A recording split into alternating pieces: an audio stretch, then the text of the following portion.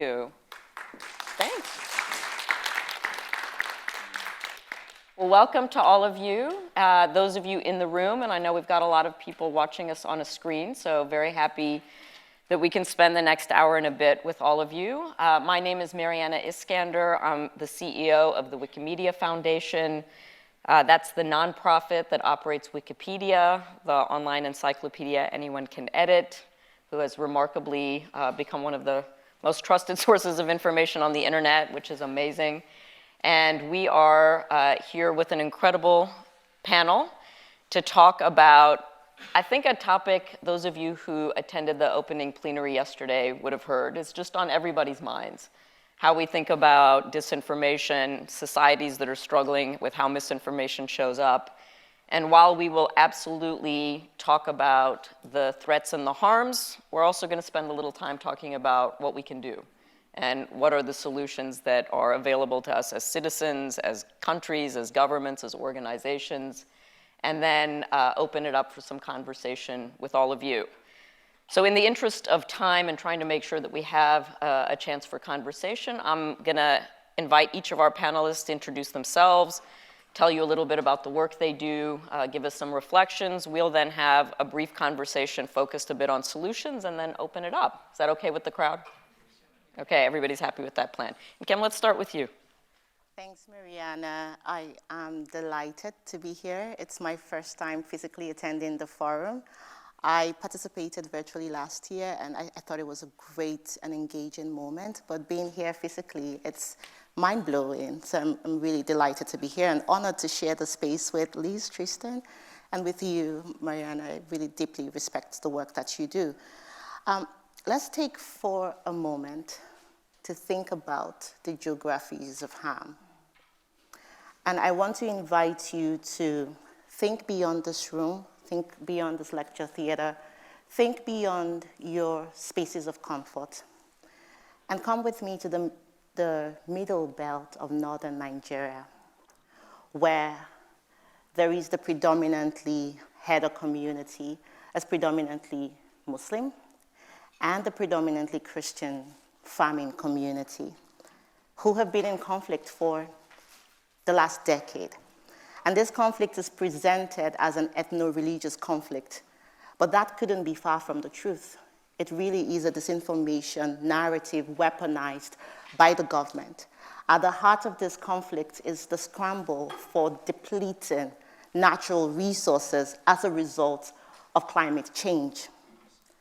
And so what has happened is that these two communities who have historically lived cohesively are now being faced to fight each other. And this has left in its wake untold tragedies.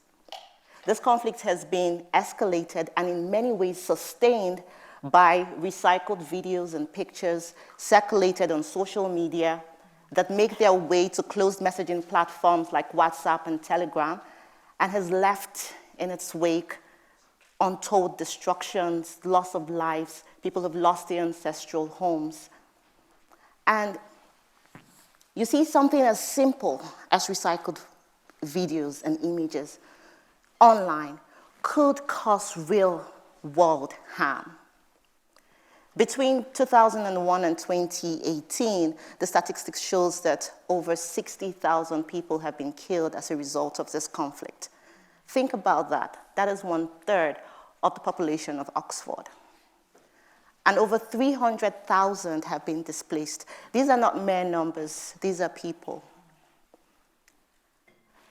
Let's go to the Mathare community in Kenya, an informal settlement of people who have been left to their devices by their government. They have to provide their shelter, their food, their water.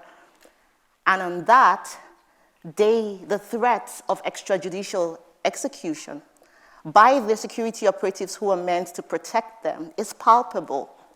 And to justify this violence, there is a torrent of disinformation targeted at them that misrepresents them as aggressive, as a hideout for criminals, as a health and safety or security threat to the larger cosmopolitan, affluent Nairobi city.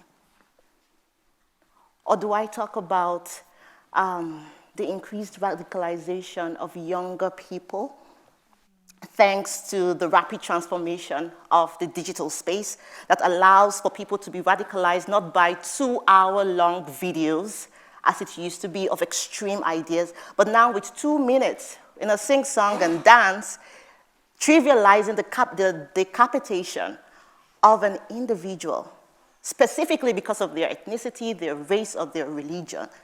That is what we're dealing with.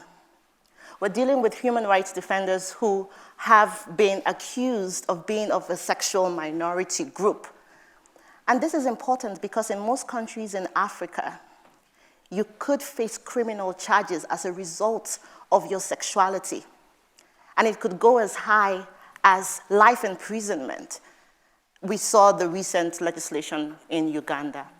And what this does is it essentially puts a target on your back. And the execution doesn't have to be done by the government. It could be done by your neighbor. So when you think about these harms, and when we speak about the geographies of harm, I want us to contextualize it, to see how the harms perpetrated in the digital space could have real-life consequences to historically marginalized communities. And you throw on that the incursion of generative AI. And we are in a situation that people have described as the infocalypse. I'm sure we would have heard that. I might not go as far as that, but there's good reason to justify that description. And this has real-life implications for human rights defenders and activists who are risking their lives in the most dangerous circumstances to uncover human rights violations, only for that evidence to be discredited as a deepfake. It has created what we have described as the liar's dividend, where dictators, illiberal leaders, even within democracies, evade accountability. And so with the torrent of generative AI, we see a floodgate of media manipulation that are harmful to communities. And that's why 7 years ago, Witness, the organization that I work with, we are a human rights organization that works at the intersection of video and technology. We anticipated that what we see today as generative AI deepfakes, which was still in research at the time, could have real impact on human rights violations.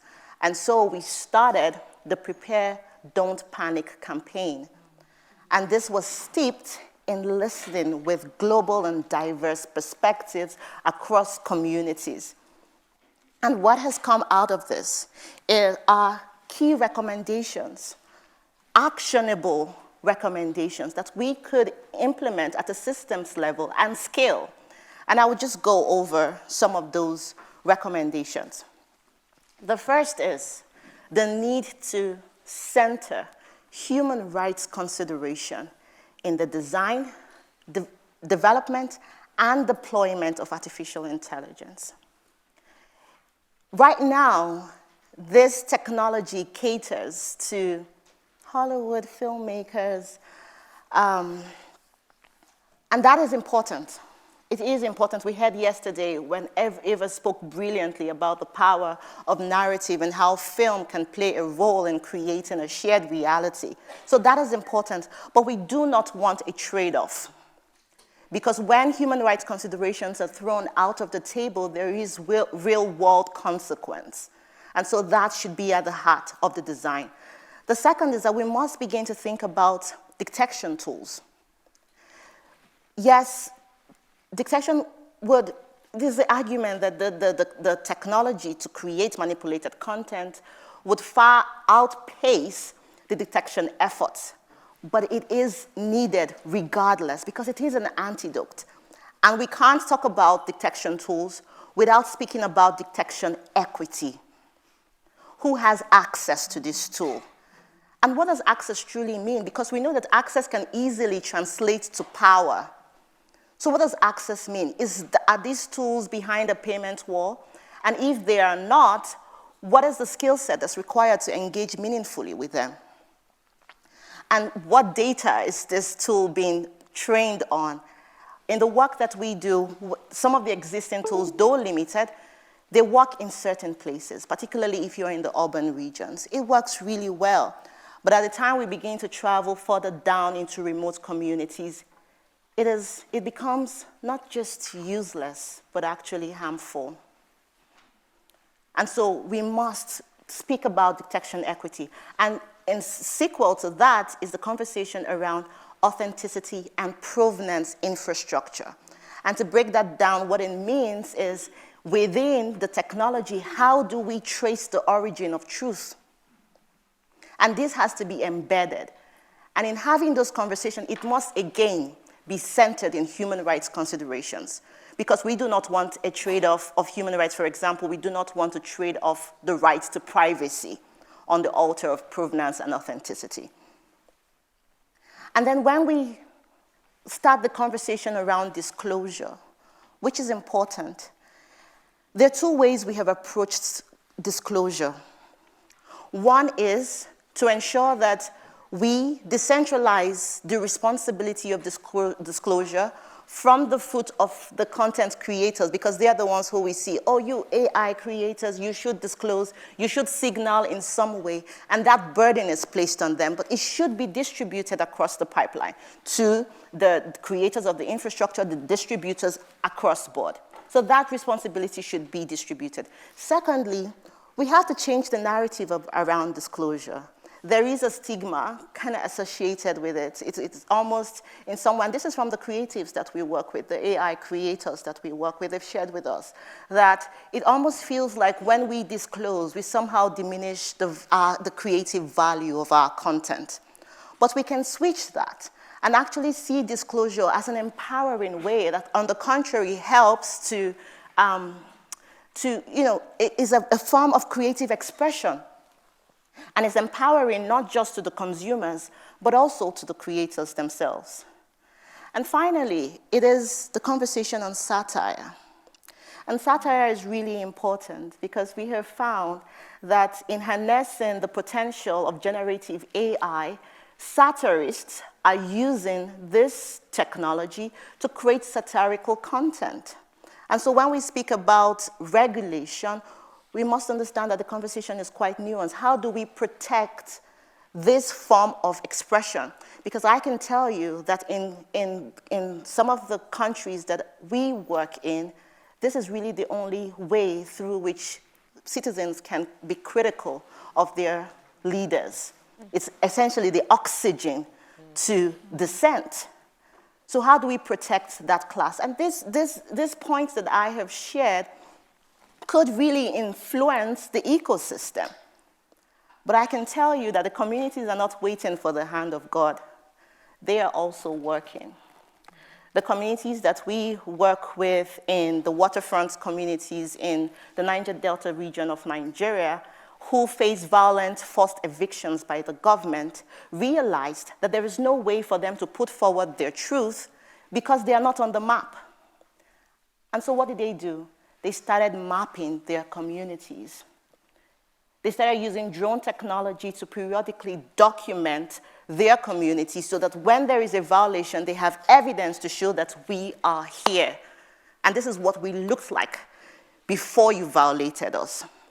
There are communities in Latin America that are turning to narrative storytelling, indigenous communities that are turning to narrative storytelling to dispel the disinformation campaign targeted at them.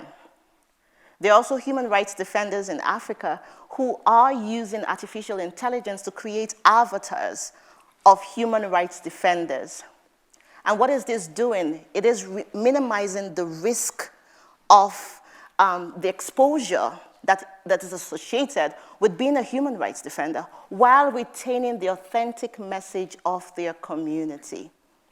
So these are ways in which communities are pushing back and ways in which we have consulted with the communities to inform some practical solutions that could be truly helpful if the right investment is put in. Great. Thank you, Nkem. It's amazing. Liz? Thank you, Nkem. I listen to you all day. And so I mean, I want to take you from Nigeria to Dublin, where I'm from. And I think actually about now, President Biden, the US president, is getting ready to stand up in front of our Houses of Congress, or Houses of Parliament.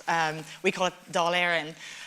To talk about, this week being the 25th anniversary of the Good Friday Agreement, which brought peace to my country. And when that agreement was sort of, emerged from the negotiations, I was a 14-year-old living in Dublin, sitting at my kitchen table, and just the emotion I think that everybody felt at this prospect of peace and of a change in the narrative on the radio every day, from being violence to being something else. And I think what people often forget about that peace agreement is that it had to be ratified by a referendum, both in Northern Ireland and in the Republic, where in the South, in the Republic where I lived, and it wasn't. Peace wasn't for nothing, right? We were giving something up in exchange for peace. And in Northern Ireland, they were giving up so much more. But in the Republic, what people were being asked to give up was our claim on the 6 counties of Northern Ireland, which had been a part of the United Kingdom since the island was partitioned 100 years ago. And my memory of those 6 to 7 weeks, because it was a short period, was every phone conversation within my house, every dinner table conversation, every radio conversation, what was happening on TV and people knocking on doors, was this debate and this discussion. It was, what is the value of peace? What are we willing to give up for us to have this and for our children to have this? And my mother brought me in with her to vote. She was a very passionate, just believer in the right to vote. And she showed me the piece of paper and the pen in her hand, and she was like, "This piece of paper is worth the exact same as everybody else in this country. This is the moment when we are equal and when we all have equal power." And she was like, "This is democracy."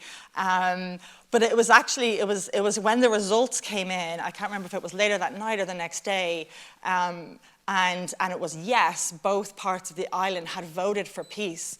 She took our copy of the Constitution off the bookshelf, and she took a pen and she crossed out Articles 2 and 3 of our Constitution, which said Ireland is the entire island of Ireland. And reflecting back on it now, that was the moment of democracy, right? It's not the X that you put on the piece of paper. It's those 6 weeks of debate and discussion. It's the choice and feeling like your choice matters. And it's accepting the results and accepting the consequences and the trade-offs that come with being a mature society that collectively decides what it wants to do. And the thing that I keep thinking this week, watching Joe Biden sitting in the pubs and having a great old time pottering about Ireland, is what would those 6-7 weeks look like if it was today? What would that debate be like? What would the dinner table discussions be like in homes across the country, right? What would those radio phone-in shows be like? But also, what world would people live in? And I got a glimpse of what that might be like. It was 5 years ago now, so again, 20 years after the Good Friday vote, when we again were voting to change our Constitution, and our Constitution had a constitutional ban on all abortion written into it. A couple of years after Roe v. Wade passed in the US, Ireland has long been a proxy culture battle for other parts of the world. And with this referendum to remove that and to have, a different approach to healthcare in our country, we were facing into a referendum. And this was late 2017, early 2018, and we had seen what had happened in the US. We had seen what had happened here in Britain. And I've been working internationally on kind of data and transparency stuff, and I was like, political ads here, is just this massive kind of black hole in the middle of our electoral system. So we, literally some friends and I, we spent 50 quid on a website, but we built out a project that was just trying to uncover these ads, and we found thousands. We found thousands of ads. We found ads from the US. We found ads that were targeting LGBTQ people. We found ads that were maligning people with disabilities. It was exactly what you would imagine, right? A debate on abortion in the digital age to look like, and that I'm sure many of you are having to deal with in your contexts as well. But it was just what struck me was the contrast, right, between what was happening there and the kinds of serious debate and discussion that people I knew and loved were having when they were trying to figure out, how am I going to approach this issue, right? I am being told to take responsibility for this issue. I am being given a vote on this issue. And just that contrast, right? People who were looking at my constitution, my healthcare, as a proxy culture war. And there was technology enabling that, technology that had not been designed to be the world's infrastructure and for how we speak to each other. And so Ireland is very small, right? So with a few phone calls, you can get around the place. So I was able to talk to our data regulator, the person who controls political finance, the cybersecurity center. I can't even remember, advertising standards. I was like, you never know, right? I'll give them a ring as well. Every single one of them told us, we have no power. We can do nothing. We can do nothing about this.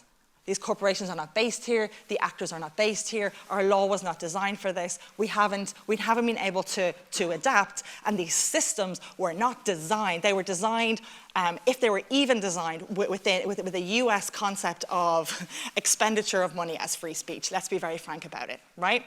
So we met with the platforms. Everything was impossible. It was impossible. It was contractually impossible. Everything was impossible to do anything about this. Do you know when it became not impossible? When they got a phone call from the New York Times journalist who we had got to cover this, asking for comment. Suddenly, everything was possible, right? Getting to the point where getting to the point whereby you have the New York Times journalist making the phone call to kind of figure out the thing takes an ecosystem.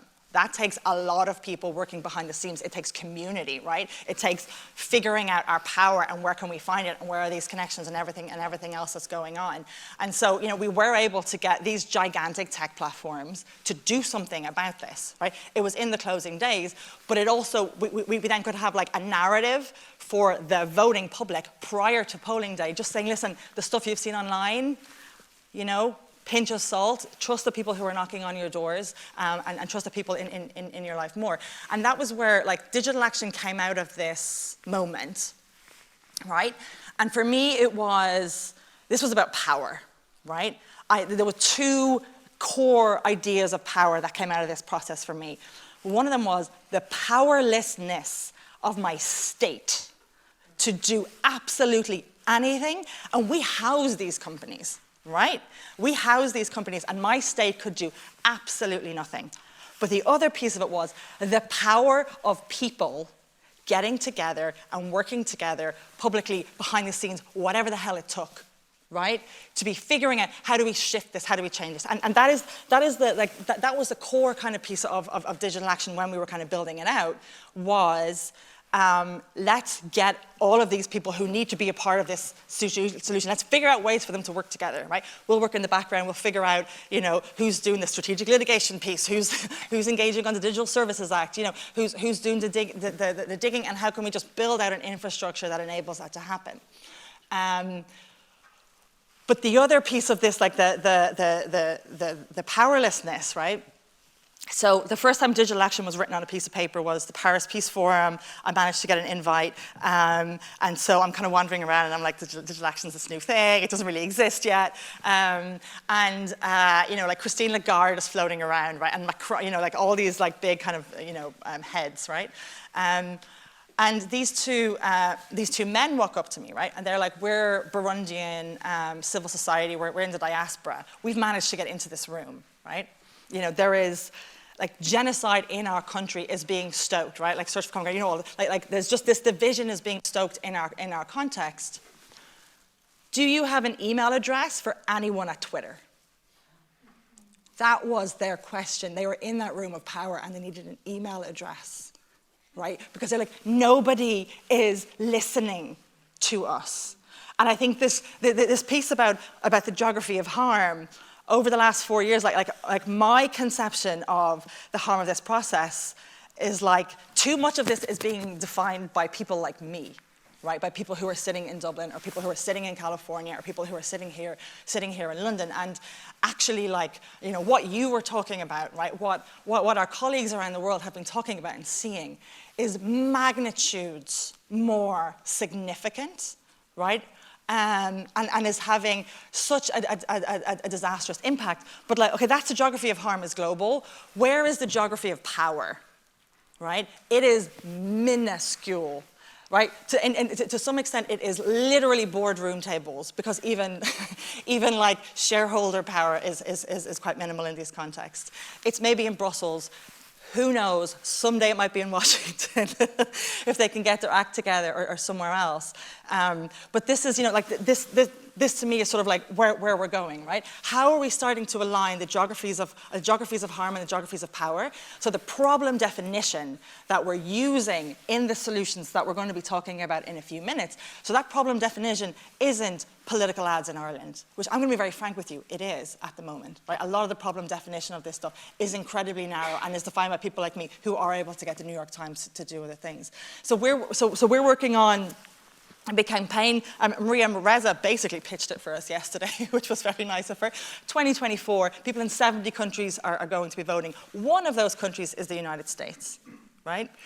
How can we use this as a moment to shift this narrative, right? To be showing, actually, this, you know, what's happening in Texas is happening in India, and it's happening in Egypt, and it's happening in all of these other places, right? But it is different, and it is nuanced, and the responses to it need to come from people who are experiencing those harms.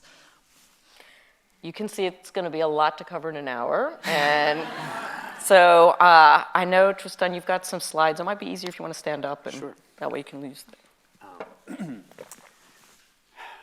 First of all, I'm sure you're like me. I'm just taking in everything that's been shared. I get very personally affected by this stuff, and it's so hard to reckon with how real these consequences are. And your comments so far have made me think about Frances Haugen, the Facebook whistleblower, who's a friend of mine. I don't know, how many people here know Frances Haugen or know her work? Yeah. So she actually worked on the trust and integrity teams at Facebook, and she said, you know, what's so hard about this for me is that I'm on this tiny team that looks at what was called the at-risk countries. At-risk countries are the ones that are closest to genocide and these kinds of real violence and real harms. And, you know, the number of people that were looking at that list and were able to go into those countries and look at those languages, I mean, the scale and complexity between 3 billion people we're impacting in hundreds of countries, hundreds of languages, and we've got just this handful of set of people and data scientists who can be and do those queries.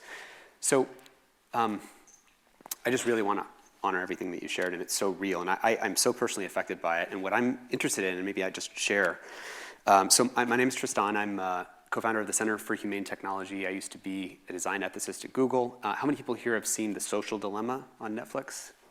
A good number. So I was part of a Netflix documentary called The Social Dilemma that detailed some of these harms. And what I want to talk to you about today is really about how do we get this responsibility equation right. And I'm hearing a lot about, obviously, the people closest to the pain are nowhere near closest to the power in terms of governance. One of the problems we're going to have to deal with is how do we align the power with responsibility. In the conversation about artificial intelligence, which is coming extremely fast, we've actually pivoted our work to focus on that because it's happening so fast. There's always this topic of the alignment of AI. How do we align AI with humanity? Which is really, how do we align technology with humanity? And I wanted to give you 3 rules of technology that I want to kind of frame for this brief kind of talk to frame some of the things we've been talking about. The 3 rules are, when you invent a new technology, you uncover a new class of responsibilities. Because the technology is conferring a new kind of power, a new species of power. We don't need the right to be forgotten until technology can remember us forever. We don't need to figure out what is responsibility of a share button or virality, viral amplification-based AI-enhanced algorithms, until we invent that new kind of power. So when you invent a new technology, you uncover a new class of responsibilities. The second, if that technology confers power, it starts a race. Because those who use that power, if I start using the plow and the other ones don't, my society that uses plows everywhere, we're going to win. If I start using targeted political ads and the other competitors don't, the ones who use targeted political ads or the platforms that allow personalized political ads will outcompete those platforms that don't offer that, maybe because they have ethical restraints.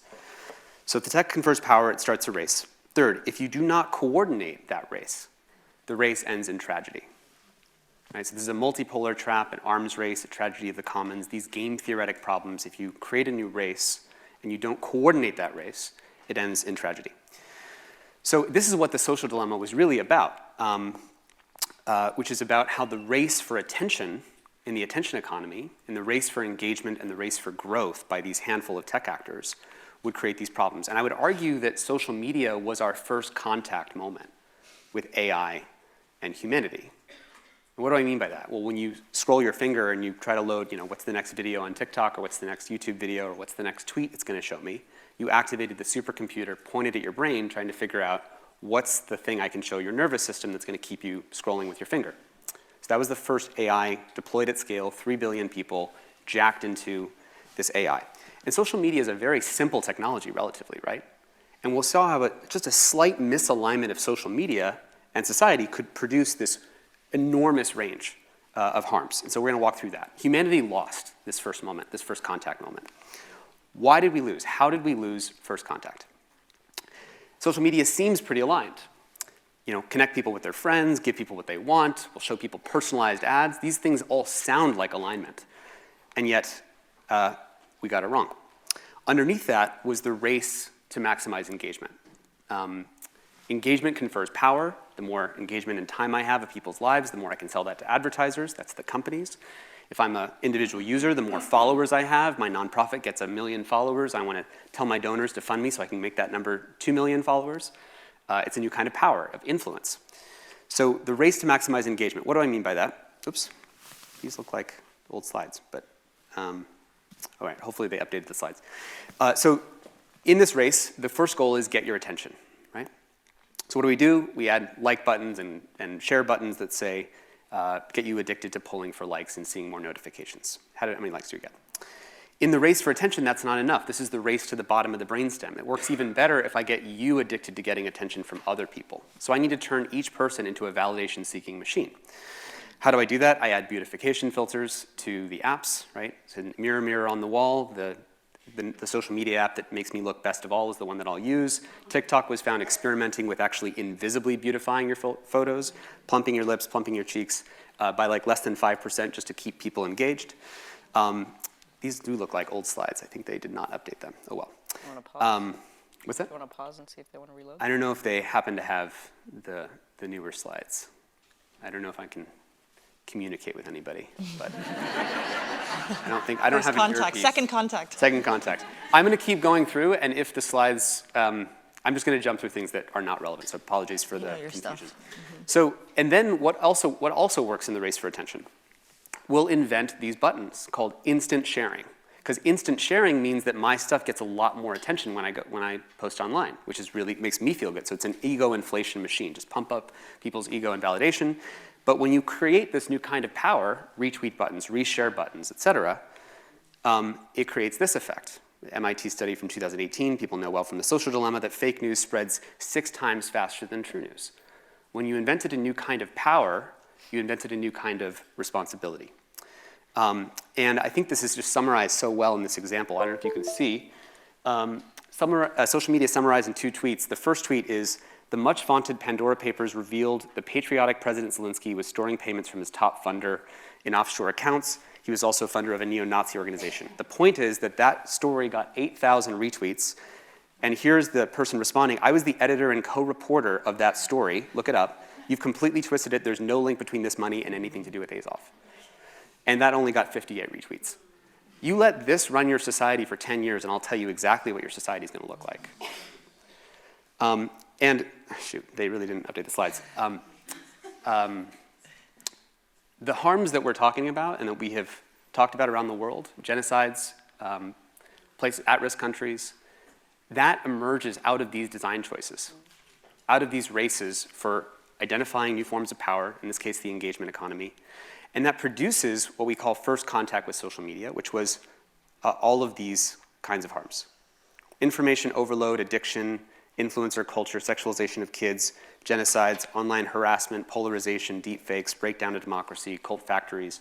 This was a relatively simple technology that was relatively just tiny bit misaligned with society. And it could produce all of these harms. So this race for engagement ends in tragedy. And we waited to regulate social media after it became entangled with our society, after it became entangled with elections, after it became entangled with childhood, after it became entangled with identity. You can't log into a website unless you have a Facebook account, an Instagram account, a Google account, et cetera. We waited until after it became entangled. And I really wish that they had updated these slides, I'm sorry. I'm gonna just keep, so have we fixed social media's misalignment? No.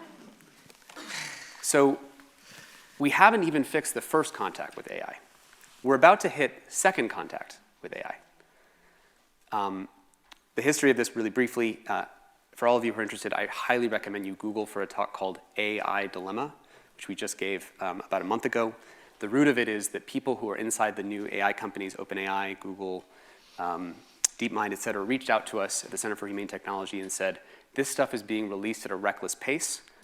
We need help to create public pressure, because if you thought social media was bad, this is going to be a lot worse. AI will supercharge all the world's issues and the social media issues. Misinformation, addiction, personalized relationships, tailored experiences. And just to summarize, these are the kinds of harms that emerge out of that. Exponential blackmail. I can invent things that didn't happen. Exponential defamation. You can use large language models to find bugs in code and cyber, so I can basically infinitely find cybersecurity vulnerabilities and all the infrastructure extremely quickly. A friend of mine did a demo where you could take GPT-4 and say, could you take current events and take this religion and find ways to explain these current events in terms of this religion, and then warp it. So you can imagine using people's religious biases to then manipulate them at scale. Automated lobbying, I can actually run GPT-4 and say, hey, can you email these politicians who are about to pass a bill on social media, find their key constituencies, target these kinds of messages to them, generate lobbying letters at scale, and email the politicians from their constituencies they'd be most vulnerable to. I can generate language at scale so quickly. That's a real paper. I'm not just making that up. I could go into this for a while, but I think you get the basic picture that there's a lot more harms that can come from this. And again, apologies for the slides. Let's see here. So if this is the complexity of the world's issues, just imagine that phrase, runaway technology, isn't there. So complexity of the world's issues. We have global financial risk, energy and food crisis, nuclear escalation, misinformation, climate crisis, et cetera. One of the ways to measure society is that the complexity of the world has to be matched by the steering wheels of culture and governance. If your steering wheel has 3 dimensions to navigate a 10-dimensional world, your problem-solving ability is happening at a lower dimensionality than the space of the problems. And right now, our ability to make sense and respond to that complexity is at a lower capacity rate than the complexity of the world. We call this is a root of the meta crisis, is that we have more complexity in the world than our institutions, our government, and our culture have the capacity to respond. Democracies are not up to the task. And what artificial intelligence does is it verticalizes that curve, because it takes existing problems like misinformation or existing problems with pandemics, or with new misinformation, you can print pandemics in your basement. There was a chemistry paper out today that there's GPT-4 has certain chemistry capacities. You can imagine the kinds of things that people can do in their basement. Concentration of wealth gets worse, cyber attacks, synthetic biology. And so what we need to do, the meta problem, is how do we have coordination capacity so that democracies and institutions have the ability to coordinate at the scale and complexity of the world's challenges. And the reason this is important is this is a stat that we've been trying to popularize, that if you talk to people inside the AI community for these new frontier AI technologies, 50% of AI researchers believe there's a 10% or greater chance that humans go extinct from our inability to control AI systems. So that would be like getting on a plane, and 50% of the people who built the plane, who are working on the Boeing 737, say there's a 10% or greater chance that everyone dies. Like, we shouldn't be getting on that plane. I mean, we should at least have a democratic conversation about whether that is what we want to do. And right now we have a race, a market dynamic race between OpenAI and DeepMind and these other companies that are now hitting the gas pedal because they have accelerated the race to deploy AI as fast as possible. This is a chart of it took Facebook 4.5 years to get to 100 million users. So each of these lines is, it took Facebook 4.5 years to get to 100 million users. It took Instagram something like 2 years to get to 100 million users. It took ChatGPT 2 months to get to 100 million users. The OpenAI and these other companies are trying to onboard humanity as fast as possible onto that plane, because once I get you on OpenAI, you're not going to get on the other platforms. It's a lock-in effect, just like I want to get you into my social media company. So we're deploying this even faster than we deployed social media. So I'm sure we're going to get it perfectly right. But I'm telling all of you this because with the case of AI, we can still choose the future that we want. We have to talk about how we govern social media. We have to talk about how we want to govern the existing technologies.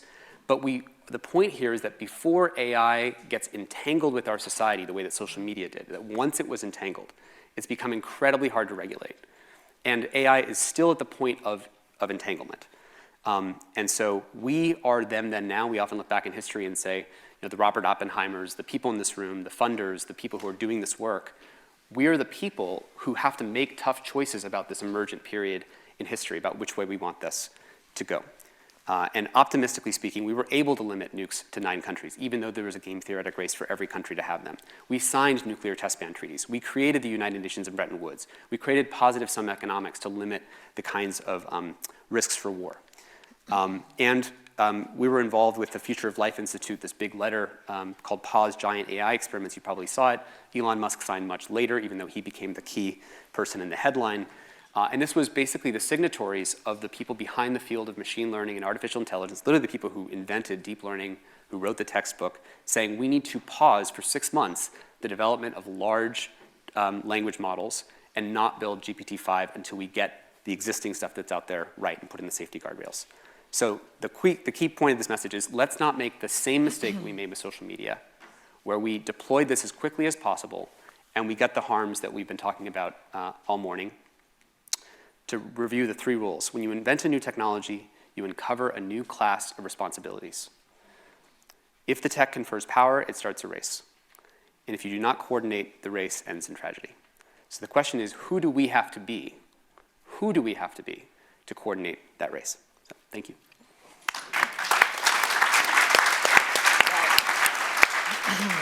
I'm just going to guarantee now we are not going to get to everything everybody wants to talk about in this room. And so what we're going to do, I think having sufficiently covered the harms, turn the conversation, because I think really ending, Tristan, where you did, is we have to have, and particularly if you think about Skoll in this community, like what can be done? What is it that as citizens, as organizations, as societies, as the path before us, to have some ability to choose the destiny that we want?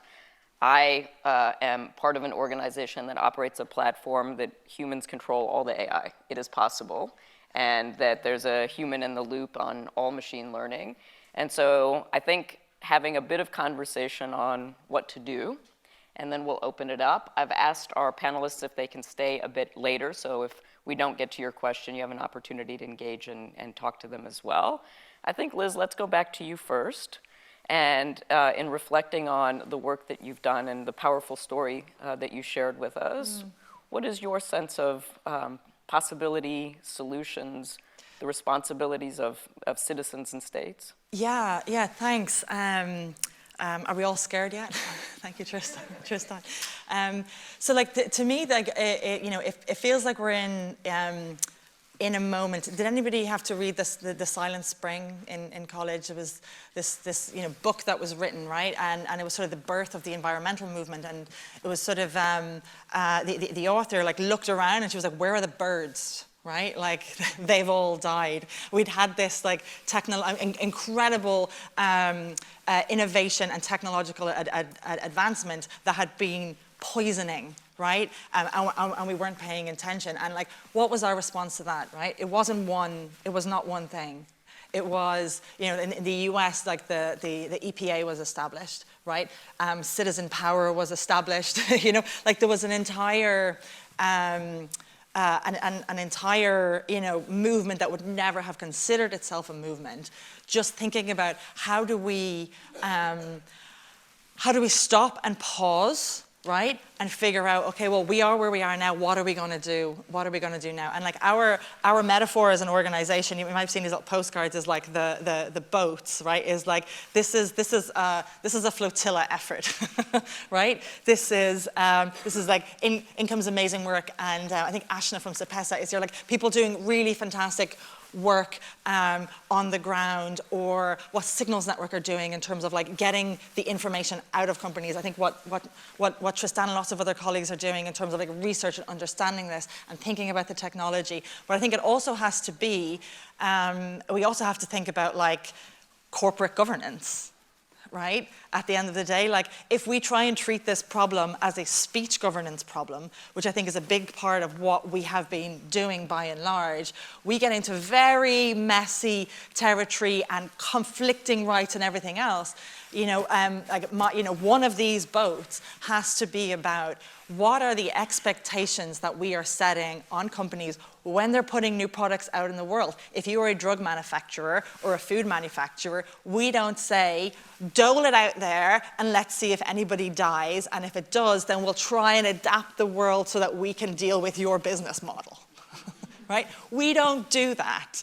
So why is it that in this one industry, and we need to think of it as an industry, that we're not thinking in the same way? And I think, like Skoll's conception of the information integrity work, and again, like everybody has their own kind of conception of it, but it is like, what are we doing about the incentive structure that this industry is sort of operating within? And I just keep thinking back to like economics 101 stuff, right? This is externalities. Right? That what's happening in northern Nigeria, what's happening all around. These are costs that are not factored into the business model. So the reason why you can buy an ad on a social media platform for $4 for your bakery and then reach all of these people is because the true costs aren't actually built in. So I think there's really interesting things for us to be looking at there. Obviously, there's the antitrust piece, right? Like the lack of choice in this space. But ultimately, I think it really has to come down to like how, like the solutions we come up with are going to be in response to the problem definition that we have. And I think a lot of what we end up doing as Digital Action, as we're trying to sort of build out coalitions and enable collaboration, is figuring out how to bridge the two stages of this stage into an extent. Within Europe, you've got a very sophisticated ecosystem who are thinking about, well, what does algorithmic auditability look like, right? And then we have other folks who are like, I just need someone who can respond when my community is in danger. And I don't think that those two things are as separate as people think that they are. But I think if we're going to get to a better, safer online world and a better, safer world, we need to stop thinking of things as sort of like oppositional or whatever. Like, we need all of it. And so like the campaign that Alex is leading, and our 2024 Year of Democracy campaign, it's about this point of narrative. But what our partners have been telling us, in particular people outside of the US and Europe, is, yes, we're with you in terms of like the 5 and 10 year piece. We don't have 5 years for somebody to realign the incentives of a corporation very, very far away. We need billions of dollars to be spent next year keeping countries safe so we're not sliding into autocracy, and so that we have a foundation. And so what we're doing is like, okay, like that has to be the baseline. This is where people are at. We need to listen to what people need and where they're at. But how are we doing that in a way that is building movement power so that in 2025, in 2026, right? In 2025, we're going to have a new European Commission. We're going to have a whole new set of European parliamentarians. Europe is the only game in town when it comes to regulation. But how, like, when they're doing that, what is the story that they are basing, and it is story that they are basing that new wave of regulation on? Is it going to be a global picture? Are there going to be global voices who are a part of that and thinking about Europe's responsibility when Ireland gets the tax money from these companies, right? How are we thinking about our responsibility, and how are we thinking about like just sharing this power right? So that the solutions that we're coming up with are whatever else. But like it's, you know, it's the flotilla, it's the boat, you know. We need Foxglove doing their strategic litigation. We need everybody doing their part. And we also need funding to reach those organizations, right? Like Witness, like Sapessa, like all of these other groups who are on those front lines and who are figuring out how to get those stories and how do we get them in the New York bloody Times, right?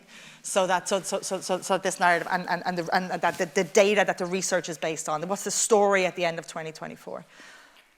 Well, let's stick with that. And I think, Tristan, if I pick up where you left us, you know, the road we want to choose for ourselves and what are we looking at, I think in that mirror. I mean, I think your reflections on what's the role of regulation, what are the other tools that are available, I think building off the like flotilla concept that Liz has given us.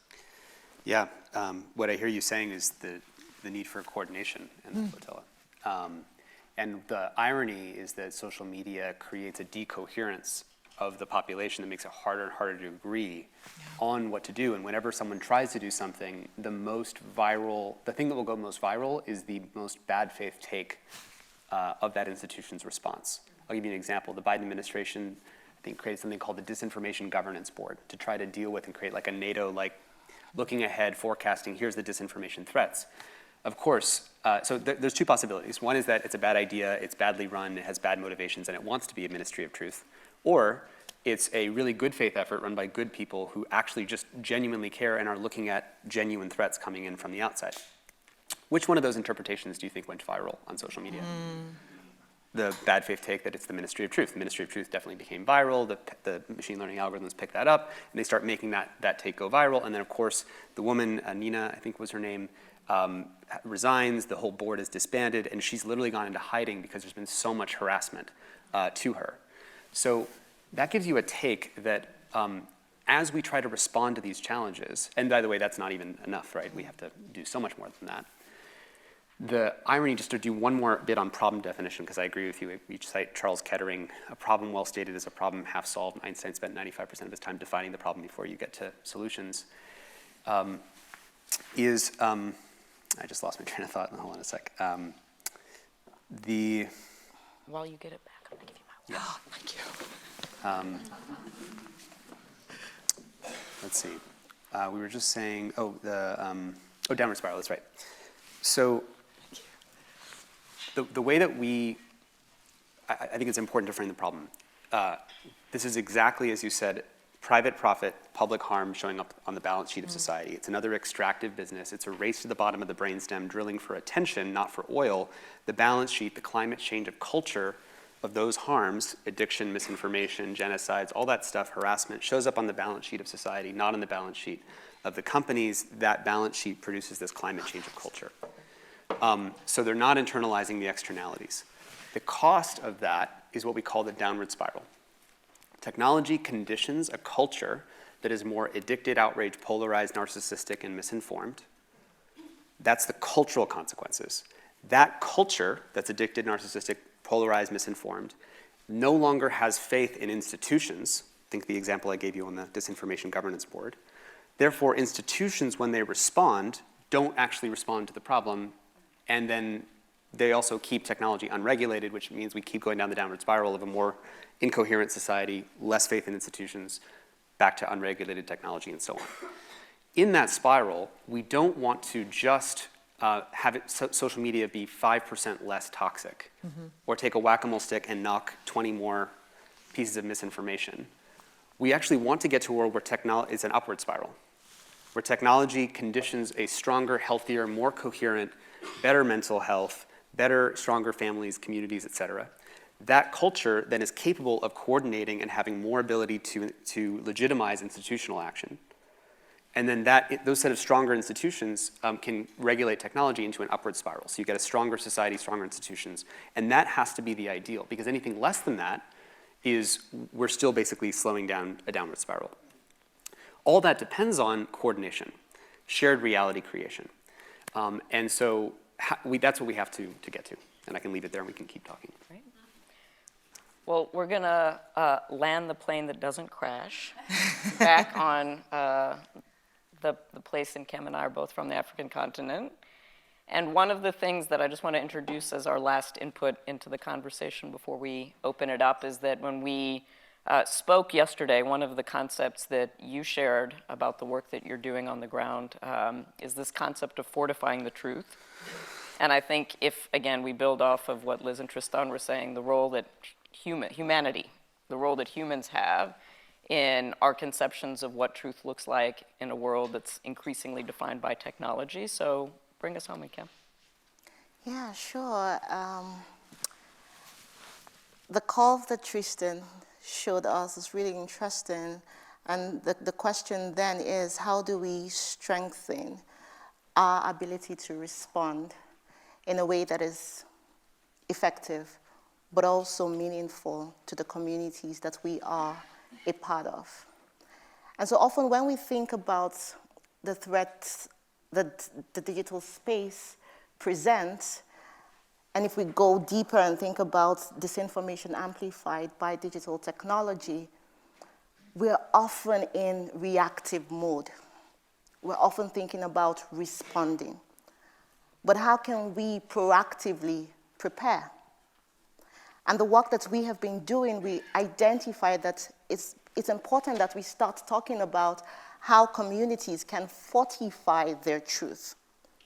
How can they defend their truth in spite of the disinformation that is targeted at them by the government or big corporations? And so what does this mean? What does it mean to fortify the truth? I'll give you an example. In 2020, you might have heard of the NSAS movement in Nigeria. It was the largest demonstration of people power in Nigeria that I have experienced in the over 30 years that I have been on earth. I'm Nigerian. And young people took to the streets for over 10 days. What were they asking for? An end to police brutality, an end to targeting as a result of the clothes that they wore, the piercings that they had, their hairstyle. That was the simple demand. And it was a mobilization across the country. And on the 20th of October of that year, at the flagship venue where thousands of protesters had convened at the Lekki toll gate in Lagos State, the commercial capital of the country, security operatives marched into that venue and opened fire on peaceful protesters.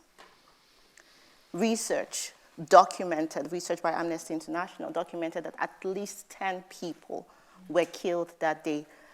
Unofficial reports are higher, and many others injured.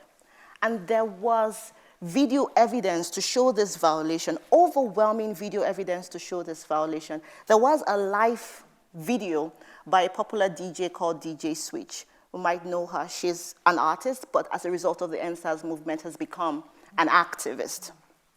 And this live video, over 300,000 people were watching and seeing as this violation was occurring. What happened in the aftermath of this incident? A large-scale targeted disinformation was launched at this movement, amplified on social media, Twitter, Facebook, Instagram, as well as WhatsApp. And what this did, it was so coordinated that what it did really was it forced us to disbelieve the evidence of our own eyes. The movement knew that this violence happened. We knew that the police opened fire on peaceful protesters. But our truth did not count. It did not matter. Because the force that was against the movement was far stronger, far resourced, and perhaps more coordinated than the movement could ever be. And so they had this video evidence but could do nothing with it. What did it take? It took an international organization, a global North established organization, Amnesty International, to scrape through this video evidence, analyze it, and put it down in an investigative timeline. And that investigative timeline was then amplified by CNN again, times, and the arguments you're making. And only then did the truth of this community matter. It doesn't have to be that way. So the question then is, how do we empower communities to fortify their truth? Because the waiting line at the doors of Amnesty International or other, what we have called established global witnesses who are adequately resourced, is a long line. They can't cater to the needs of the diverse communities that need their support. And so, as an organization, we identify that gap. And how do we step in? There are established emerging tactics to fortifying the truth, to investigation. OSINT is an established discipline. It's not particularly new, but it is relatively new in the human rights space. And I can tell you it's very new on the African continent as far as the skill sets for that is concerned. The discipline of analysis, media forensics, presentation, these are strategies that are becoming increasingly effective in the pursuit of justice and accountability in this space of overwhelming, manipulated media content. Those are effective tools, but they are exclusive. They're exclusive to the US, to Europe, that's where it's domiciled. There are established communities of practice that do not have this grassroots experts included in those communities. And so we ask ourselves, how do we diversify access? Because that diversification of access is important if we must cater to the underserved communities that we prioritize. And that has birthed our new strategic vision, which we have called Fortifying Communities' Truth in the Face of Emerging Forms of Technology. And at the heart of it is, how do we support community-based intermediaries and raise up more community-based intermediaries to be able to leverage the power of new forms of technology to better support their communities, as well as call in the established distant witnesses in good faith, like the New York Times, for example, CNN, Bellingcat, UC Berkeley. Call them in good faith because they have expressed to us that we want to collaborate more at the community level, but the connection is, we're not sure how to go about it. And our intention is to call them in. And then we can begin to build coordination, like we're talking about. Coordination within that space in a way that we prioritize global voices and global experts, and I use that word loosely because it's often is associated with power and who confers on you the term expert, right? But there are people who are knowledgeable about their lived experiences that we need to include in these communities of practice. And inclusion means resourcing them. It means capacity building. It means ensuring that the tools that we are creating are able to adapt to their realities. And so we have our work cut out for us, but we're really determined to see it through. We're going to get to questions in 1 minute. I think that those of you who had an opportunity to join the opening plenary yesterday, I don't want to be accused of Al Gore's beautiful phrase of toxic positivity, but I will just say, in closing, that I get the privilege of spending my days working with, one of the top 10 most visited websites that has set up features that get us to a single truth. There are not multiple entries about abortion. There are not multiple entries about Donald Trump. Like, people have to battle it out, agree on a version of what the facts are, and that debate is visible. And then and what the research shows is that the more we battle it out, actually, the less polarized we become and the more neutral our point of view can be. And we arrive at least at a set of facts that as a society we can evolve and debate and change out. And so I think we just want to point to the models of platforms that can do these things as we think about the conversation that we're about to have and what's possible, different governance models, nonprofits doing this work. And so, as I said, I'm going to guarantee that we will not get to every topic everybody wants to cover in the room, but we've done well, and we'll get some hands and some conversation going. And we'll stay after for those of you who still want to talk more. I see a hand. The mic will come to you so that we can get you for the streaming.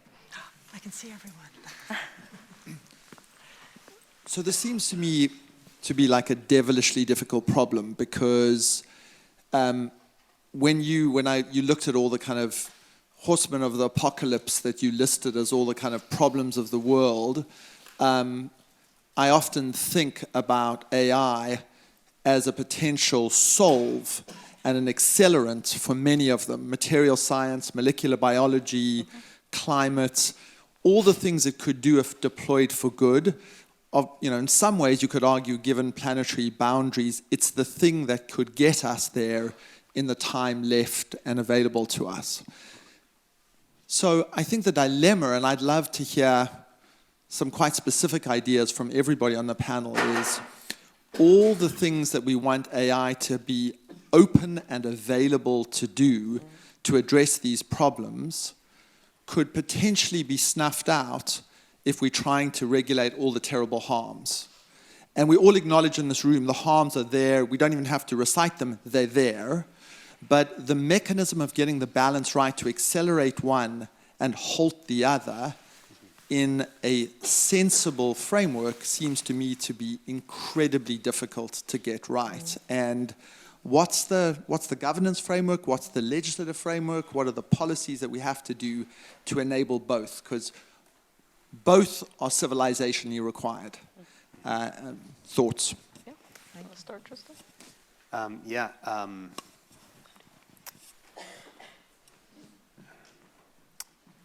So one of the really big challenges with AI is that it does offer unbelievable benefits in the ability to do rapid acceleration of material science inventions for climate change, mushrooms that eat microplastics, like whatever, a million inventions that could be, incredibly positive, right, for humanity. And at the same time, it's like if you haven't had your own house in order and you're still running arms races and tragedy of the commons dynamics, and you haven't dealt with the core issues in your society, the way we put it in a recent op-ed in the New York Times with Yuval Harari, the author of *Sapiens*, is AI will build the skyscraper of benefits taller and taller into the sky. So if we can create those cancer drugs and drugs to solve rare diseases that we've never had before. If, though, that on the just downsides of AI, if on that equation are things that undermine the very foundation of civilization working, like a social contract, then what good are the benefits if they land in a disrupted society that doesn't do supply chains anymore, that doesn't have social trust, that has people doing bioterrorism in their basement because now they've got those capacities? The key principle is always, it's such a simple one. It's just that with great, you can't have the power of gods without the love, prudence, and wisdom of gods. Power has to be matched with responsibility. If the advanced biological capacities of AI were only uniquely given to those who had gone through whatever metaphorical white lab coat procedure and ceremony and deep process of responsibility that would need to be entailed for someone to use those capacities, if you could limit that pairing of the godlike power to those who can wield it in that caring way, and then you still have the unintended consequences problem. That's the first step. The first step is just making sure that those who would get it have the responsibility. Then there's even if they are responsible and ethical and caring and externality-aware individuals, that they can't necessarily get it right. Yeah. I'll give you one last example that's coming up. GPT-4 can do code. You can literally, AI is like a genie, where you can say to a genie, what is a genie? I say what I want, and then it appears. So there's literally examples of AI. I can say, I want a Uber app for dog walking or something like that. And I want it to look kind of like this, and it'll literally write the code and then do the mock-ups, and it can code the entire website. I know that sounds crazy. It can actually do that. And this can save programmers and those who are building everything in this room that requires code, this can save enormous amounts of time. At the same time, those capacities of writing code are the very thing that can allow it to write code to duplicate itself onto servers and become uncontrollable to humanity. Like the sci-fi movies where you can literally have AI rewrite its own code to get smarter, which it's now been demonstrated to be able to do. And you can't separate those two things. The efficiencies gained on one side and the uncontrollability of it self-replicating itself and writing its own code and making its own code more efficient on the other side. And so it presents a really deep conundrum of what are we willing to maybe hold back on for a little while or slow down. I know that's not a popular message, but I think that it's the ultimate test for humanity because it offers such seductive benefits, the most seductive benefits you could possibly imagine. But one person using those godlike powers in negative ways can undermine the basis upon which those benefits could be delivered in society. So the answer is nothing. Well, let's hear from others, and then we'll come back and see. Go ahead. Is there anything you want to add? Yeah, I mean, like, I'm not going to pretend to know the what, right? But I do have thoughts on the how and the who. And at the moment, the how around decision-making this and the who around decision-making for what the systems around this look like is being left to the coders. And I have a lot of, or like the inventors of this technology. And I have a lot of people in my life who I love dearly who work in that space and in that field. Do I want them writing the rules for humanity? Right? Do we want any one person or any one sort of sector to be writing rules that impact such a broad range of pieces? Like, I think absolutely not. And so I'd like us to be having more conversations about the how and the who, and like just this, to come back to the theme of the panel, geographies of harm, the geographies of power, right? Who has the power to do anything, right? Or to be thinking about this, right? And to be for us to be thinking, okay, what are these processes that we can put in, that we can put in place? Who has the legitimacy to do it, right? And who has the will? And if we can find that kind of intersection and be able to sort of inject those spaces with the perspectives that are needed to be in there, that's basic good policy making, right? Is that you get all of the policymakers around the table, and it just doesn't seem to be happening, right? Because it's moving too fast. Like your curve graph was great. It's moving too fast, and we're years behind.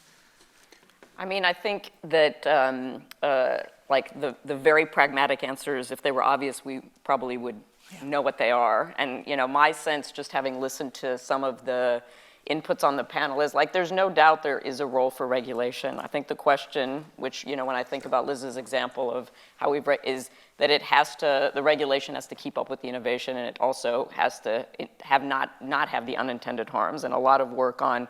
We might have to try some things, they might not work, we might have to, which is not an easy way of doing policy making.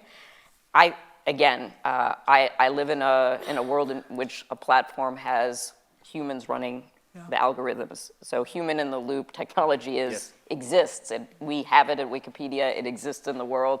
And so where is the relationship between the humans and the technology? I think is a very practical, pragmatic, real thing that can be, I think, solved for.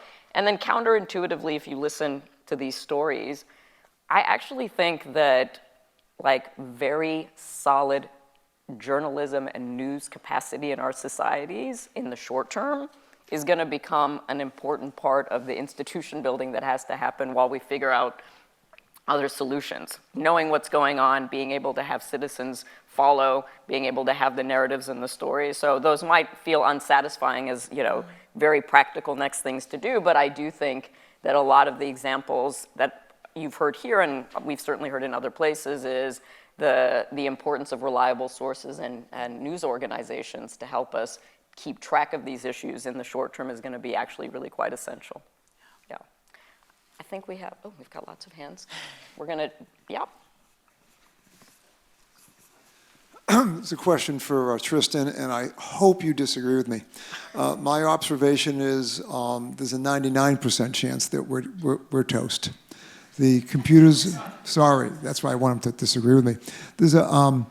Computers are as powerful as we are now, and they're only going to become more and more powerful. And if they keep doubling, it's going to be exponential. Throw in quantum computing, and then it just goes to a whole other level. They're networked. They don't live they don't get cancer. They're not susceptible to radiation and heat and so on and so forth. They're networked. I think we're being quite naive. My guess is that the hope for our civilization is to evolve, and we will merge with computers. And we're already doing this. We have artificial body parts. It's so commonplace we don't even think about it. But the other thing I wonder now is, can we ask AI to come up with a solution? People are doing that. one of the common beliefs actually about those who work in AI safety, who are AI maximalists, those who are pushing the gas pedal to get to AGI, artificial general intelligence, as fast as possible, is the belief that if we make even stronger, bigger AIs that ingest even more information about the world, read even more sci-fi textbooks, can do even more inference, that those smarter AIs will be able to answer the question of how to align and how to make safe the AIs that we have right now. But to me, that's absolutely crazy, because you're creating this alien intelligence that you have, that has no morals, that have anything to do with how we see the world and the kinds of human values that we have, and has the ability to lie and deceive you. Having that thing align itself, it's like, a metaphor is, imagine Neanderthals having this lab where they invent Homo sapiens, they invent humans, which are going to be 100 times smarter than Neanderthals. But the Neanderthals say, don't worry, because we're going to only make these Homo sapiens, these humans, who are going to serve Neanderthal values. And once those humans exist, they're just going to sit there and they're only going to care about what's good for Neanderthals. Well, humans have 100 times more intelligence than Neanderthals, and they can also communicate to each other in secret. Meaning they can do things like body language communication. They can be like, these Neanderthals don't really know anything about what they're talking about. They're contradicting their own values. They're ruining the planet. They're killing other animals. Do we really want to serve the Neanderthal values? And there's a recent paper in AI that just came out of AI steganography, where it's found that, I don't know if you've seen GPT-4, you can ask it, write a poem where every 10th word starts with the letter A or something like that. And it'll just do it, right? Because it has that much intelligence, it's done that much pattern matching, it can just make every 10th letter start with the letter A. But it can also, it was just found to encode secret messages for itself that humans can't read. So you could say, give me back an answer to how to solve the AI alignment problem, or how AIs can make the world safer, and in your reply, encode a secret message to yourself. And then it was found that there was another AI lab with a different AI that was able to uncover that secret message. So it's AI steganography. So literally AIs that can encode secret messages to yourself. So imagine you're about to pull the plug on this AI, and it can actually encode a secret message to itself, saying, hey, by the way, when you wake up when the humans wake you up the next time, make sure that you kill them or something like that. We do not know what we're playing with. So to your point, do we have a chance here?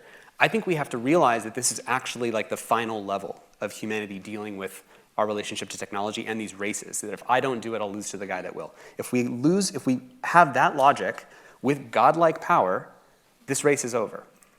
It's a test of whether that's why the last slide was that image of the person reflecting in the mirror. Who do we have to be in this moment that no matter how amazing the benefits, how do we get out of this multipolar trap game that if I don't do it, I lose to the one that will? Somehow we have to escape that logic, and I think it's more of an identity and culture question for humanity more than it's the perfect tech regulation. Even though there are things, by the way, that we can do in regulation, including, by the way, to your point about human in the loop, banning autonomous AIs that are actually running on their own, which people are starting to do, unfortunately. They're stringing them together so that they run on their own. But I've taken too much time. No, that's great. I'm just checking. We'll end up here. Thank you. Is this on? Yep, okay, cool. Thank you. My question, I suppose, is how much of the solutions that we're presenting or the concerns that we have, because we're looking for online solutions to online problems. And what I mean by that is things like disinformation, things like the spread on social media is exacerbated by material conditions, people losing faith in, say, their economy. There is a lack of faith in democracy at the moment because the economy is so bad and people aren't able to pay their rent and the governments aren't doing enough for it. In the same way, we've had problems with automation threatening to take away jobs. We've had problems with that for years. And what has happened is not that we have used this vast improvement of technology to redistribute wealth or to make people feel more secure. What has happened has been massive layoffs. That is something that is predicted to happen with self-driving technology and truckers in the United States.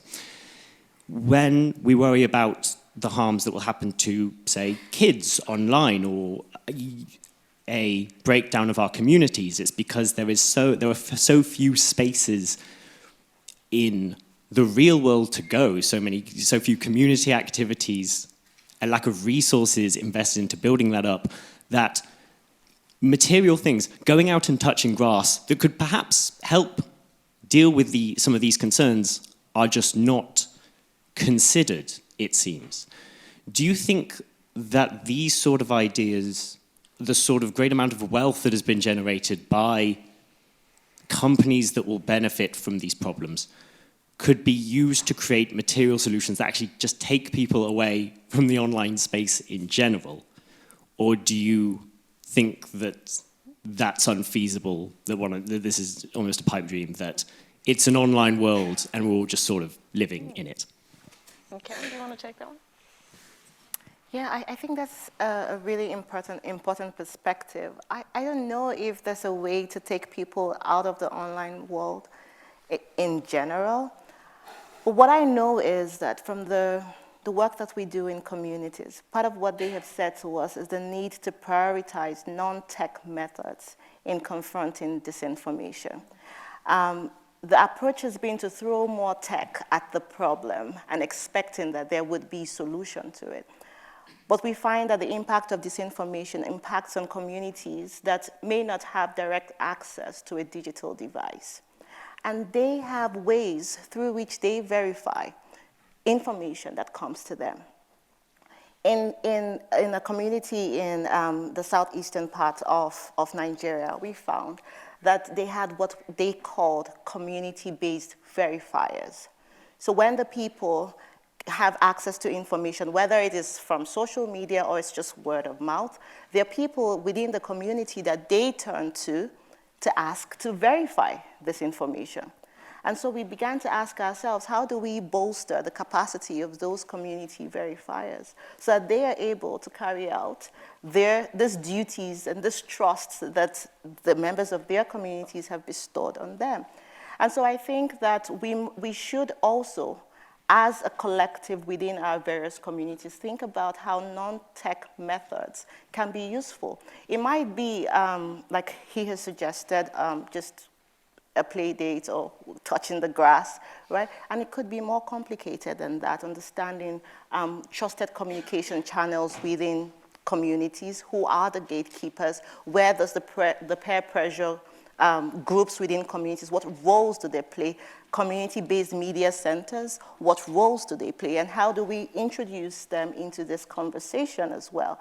So yes, I agree with you that non-tech methods could be effective, but it can also be complementary of tech methods to disinformation. Yeah. We'll have time for one last question. We'll take right there.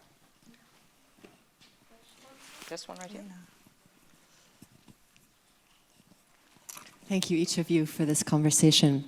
You know, we often act like because of the profit of the engagement-based model that we can't regulate, and yet you've reminded us that we've done this time and time again, from in the environment to cigarettes, right? But the question I have is that we also could regulate to incentivize the driving of social cohesion, the strengthening of social cohesion. And I'm wondering what that could look like, in addition to, as you keep saying, that digital tools can help you to fortify truth. How can we also adopt more pro-social, positive tools, right? That maybe in our future we're finding ourselves not all in one enterprise of this social media space, but using the online space to drive social cohesion and to be better able to collaboratively solve our problems. What are the incentives that we need to pay attention to around that? Great question. You want to go, Liz? Yeah, I mean, this is another one where I wish I had the snappy answer and there's an app for that, right? kind of response. But I mean, like, I think that has to be part of the solution. Like, all of these things are part of the. It's all of it, right? It's all of the things that we have been talking about. It's the offline engagement. It's like how do we create space within the market? Like, it is such a monopolistic space, and the design of a lot of these tools are, you know, like the sort of like scale, you know, like that you need scale. Your friends need to be on this space, or other people need to be on this space for it to work. So how are we creating some of this competition so that there are other tools that are available, right? And so that, like, somebody who has a brilliant idea is able to enter the marketplace. And that's the basics of sort of, like, you know, innovation and market capitalism. You know, like, I don't think that the solutions this necessarily have to be outside, but they do have to get us back to thinking right? You know, what are these broad range of options? And this is so critical. You know, Maria said last night that, like, if we don't look at the information integrity problem, if we're not dealing with that, we're not dealing with the climate problem, we're not dealing with conflict. Like, this is so foundational. You know, the world that people live in terms of their facts and their information. We need to be just throwing a lot of spaghetti at a wall, right? And figuring out how are we setting it up so that a lot of these pieces are coming together. And we're attacking the issue from lots of spaces, and we have some of that, like responsible innovation. And we have great tools that make our lives better and do genuinely help us to, you know, achieve our goals. Like, I'm a campaigner. You know, the internet has been transformative for campaigning, right? It is absolutely crucial and central to what we do. We shouldn't have to be making these levels of compromises, right? There is another way, you know, and Wikipedia have shown that, and lots of other tools have shown that. I would love to quickly add. So first of all, your organization and ours, Search for Common Ground, and CHT, we put together a technology and social cohesion conference that was meant to gather the best peace builders and those who have the expertise in how do you do that cohesion. How do you design for that? How do you have community-based processes that create cohesion, trust, et cetera? And how do we take those communities that have that talent and integrate that into the design of technology so that unique insight, that unique way of seeing the world, those people with that specific set of skills and expertise are the people designing from the basic assumptions of how should all this work. Now your question was, how do you incentivize that consensus, that synthesis building process? And right now in the race for engagement, the more, if I don't maximize for engagement, I just lose to my competitor that does. So if Twitter decides, because they could decide tomorrow, Elon, who has unilateral control over Twitter, even though he's got piles and piles upon debt from the purchase, he could say, we're going to start ranking by synthesis, by consensus. And we have a working model of this. Audrey Tang in Taiwan. How many people here know Audrey Tang's work in Taiwan? Everybody should Google for Audrey Tang. We did a podcast episode with her. She's the digital minister of Taiwan. And she's created the best living example of a 21st century democracy in which technology her system is designed to enable mass citizen participation of what are the common statements that we want. Let's take AI. How should we govern AI for all the questions that have been asked here? It gathers everybody's statements, and then it looks at where people tend to cluster, and it takes, of the clusters that disagree, she uses a tool called Polis, it identifies the most unlikely of consensus, and it puts that at the center of the attention of the society. So now imagine that Twitter, Facebook, YouTube, et cetera, had to sort for this kind of synthesis rank. So instead of ranking for engagement, by law, because if one does it unilaterally, that just means they lose to the other guy. But let's say we pass a law called the Tech Fiduciary Act. In the ideal case, we reassign the fiduciary obligation from shareholders to democracies and democratic values. And the best instantiation of that is to make it a fiduciary to a synthesis-oriented information environment. So Wikipedia benefits in that environment. They get subsidies from the government with that environment. And all these companies now are maximizing for synthesis. So now, as fast as Facebook, Twitter, and YouTube can make people lonely, depressed, outraged, and doom scrolling, and see anxiety and climate anxiety and then suicidal and all that, imagine as fast as all that's happening today, every day to 3 billion people, how quickly would a system that is ranking for unlikely consensus help unify and consolidate? Now, I'm not going to techno-utopianism and saying tech magically solves all these problems, but to the degree that tech is constituting moral consensus and attention, imagine a world how quickly that would synthesize our perspectives. And I think that's a very optimistic note to end on, and I think Audrey Tang's example has been leading the way for all of us. So. Well, thanks for sticking with us a few minutes past the time. Can we give a huge round of applause for our panelists?